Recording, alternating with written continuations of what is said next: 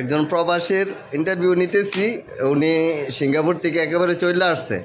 আসার পরে গত 2-3 দিন আগে উনি কুমিল্লা যায় ওনার ডকুমেন্টগুলা জমা দিয়েছে এবং কি কি ডকুমেন্ট লাগে এবং ওই জায়গায় কি কি প্রশ্ন করে উনি আপনাদের মূল বিষয়টা তুলে ধরবে। এসব বলো।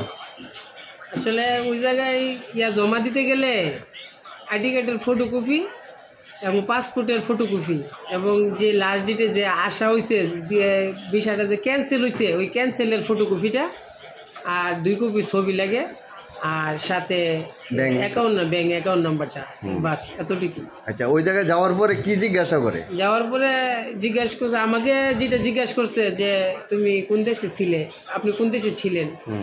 আমি সিঙ্গাপুরে ছিলাম। তো সিঙ্গাপুরে যে গেলেন কত টাকাতে গিয়েছিলেন? আমি বলছি যে 7.5 লক্ষ টাকা দিয়ে গেছি। এত টাকা দিয়ে গেছেন কীভাবে সংগ্রহ করলেন?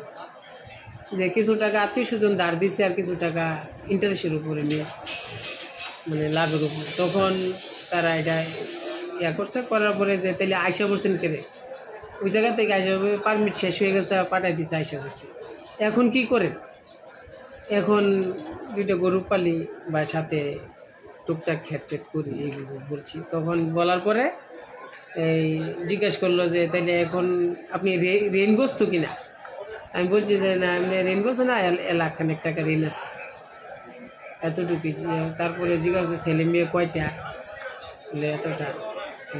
এইগুলি জিজ্ঞেস। তাহলে বিষয়টা হলো মানে ভালো পজিশনে আছে এই বিষয়টা বলা যাবে না, ওটা না বলাটাই ভালো। না বলাটাই ভালো। যে অনেকে দেখা গেছে বিদেশ আসার পরে বড় ধরনের ব্যবসা করে বা করে, ওইটা বললে তো আর সম্ভাবনা থাকে না টাকাটা পাওয়ার। না না, টাকা বড় লোক হোক ছোট লোক হোক টাকা পাইবো, টাকা সবাই পাইবো, এটা সবাই পাবে। কিন্তু আমাদের সুবিধার্থে আমরা বলছি যে আমাদের মুরাদনগরে কৃষি অফিসার এবং পশু অফিসার ছাড়া অন্য অফিসার এখানে সংগ্রহ করা যাইতেছে না।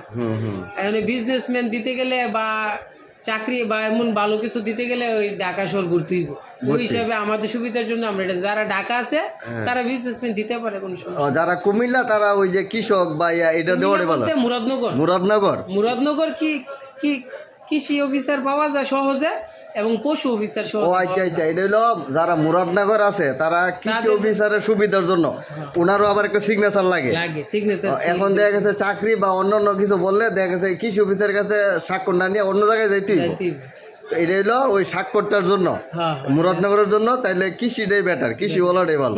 পশুটা বেশি বেটার, কৃষি বা পশুটাই মানে বেস্ট।